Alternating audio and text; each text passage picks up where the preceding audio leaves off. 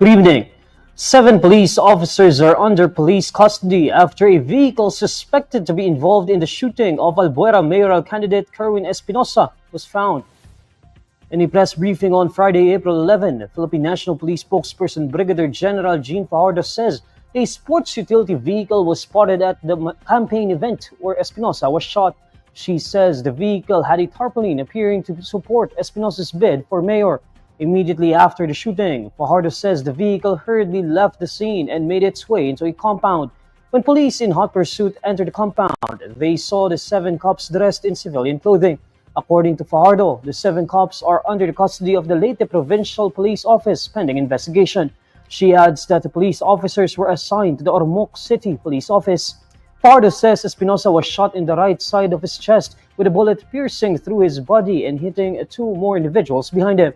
She further says authorities are looking into whether it was a sniper that made the shot. Meanwhile, the police regional office says Espinosa was already released from the hospital as of Friday. In a presser streamed on his official campaign page, Espinosa says he believed the police were involved in the shooting. Sana naman ilagay nyo sa inyong mga puso, lalo na sa pulisan. Nag-peace covenant tayo at kami sumusunod kung alin ang sinasabi sa peace covenant.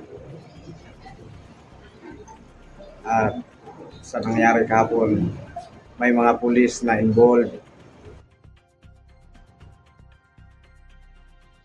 The mayoral candidate was shot during a campaign event on Thursday, April 10. Espinosa was considered as the biggest drug lord in Eastern Visayas. He is now running as mayor under a platform of ridding Albuera of illegal drugs.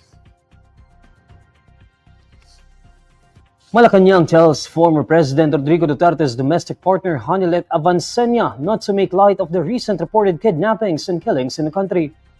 In a press briefing on Friday, April 11, Palace Press Officer Claire Castro says the reported kidnappings and killings should not be made into a mockery.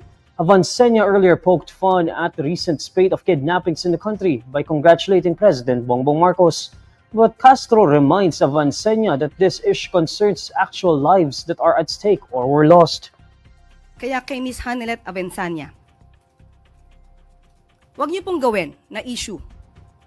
Dahil may buhay po ditong nakasalalay, may mga buhay na nawala. Huwag niyong gawing issue ito at gawin niyong katatawanan ang gobyerno. Hindi natin malaman bakit ganon ang naging attitude ni Ms. Honeylet.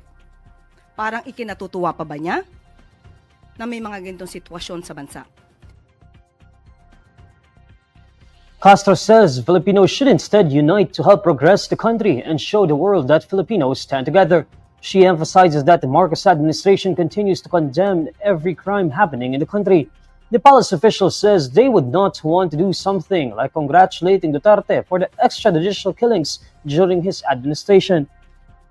Huwag silang gumawa ng gulo dahil hindi po yan maganda. Huwag nila simulan ang gulo sa pamamagitan ng pagbibigay ng ganitong mga klaseng remarks o pananalita.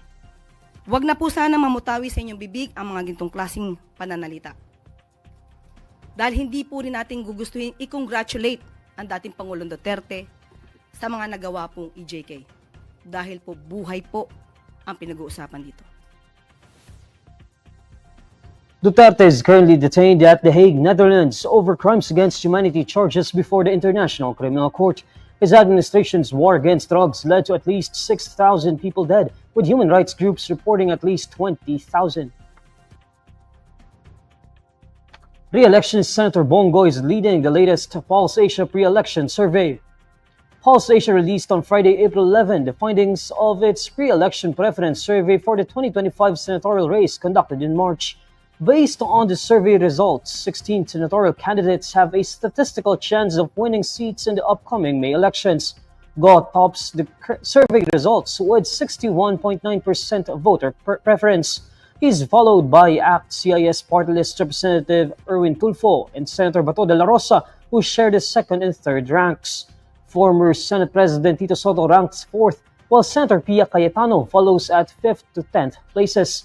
Senator Bong Revilla and former Senator Ping Lacson share the 5th to 11th ranks. Tied in the 5th to 12th places are Willie Revillame, Ben Tulfo, and Makati City Mayor Abby Binay. Following at 6th to 13th place is Senator Lito Lapid. Former Senator Manny Pacquiao ranks 8th to 16th, while Philip Salvador ranks 11th to 17th. Las Piñas Representative Camille Villar, former Senator Bam Aquino, and Sagip Party List Representative Rodante Marcoleta share the 12th to 18th places. Compared to a Pulse Asia survey conducted in February, Salvador, Aquino, and Marcoleta break through the list of probable winners in March. The 2025 national and local midterm elections will be on May 12. 5 party list groups have a statistical chance of winning 3 seats in the 2025 midterm elections, according to Pulse Asia's latest survey. In survey results released on Friday, April 11, Pulse Asia identifies Tingog Party List, ACT CIS Party List, Duterte Youth, Puwersa ng Pilipinong Pandagat, and 4Ps Party List as the groups that may win the maximum number of seats in the lower chamber. The results also show 45 out of 155 party lists could secure at least 1 seat if the elections were held during the survey period in March. The firm conducted its pre-election preference survey from March 23 to March 29 through face-to-face interviews. 63 seats are available for party list representatives in the upcoming 20th Congress. This number represents 20% of the total House of Representatives seats. To secure a seat in the House, a party list group must receive at least 2% of the total votes cast. Groups that surpass this threshold can earn additional seats, but each party list can only hold a maximum of 3 seats. Meralco customers will face higher electricity bills this April due to more expensive generation charges. According to Meralco, the overall electricity rate is increasing by about 72 centavos per kilowatt hour. This increase will push the overall rates to 13 pesos and 1 centavo per kilowatt hour in April, from 12 pesos and 29 centavos per kilowatt hour in March. The average household that consumes 200 kilowatt hours will see an increase of around 145 pesos in their April electricity bill. Meralco says the jump in electricity rate is due to higher generation charge. The generation charge usually accounts for over 50% of the monthly power bill. This marks the 3rd consecutive month of hikes for Meralco's household electricity rates this year. And these are the stories you need to know today. I'm Neil Mercado. Follow INQUIRER.net on Facebook, X, YouTube, TikTok, Instagram, and Reddit. For more stories, visit INQUIRER.net. Good evening.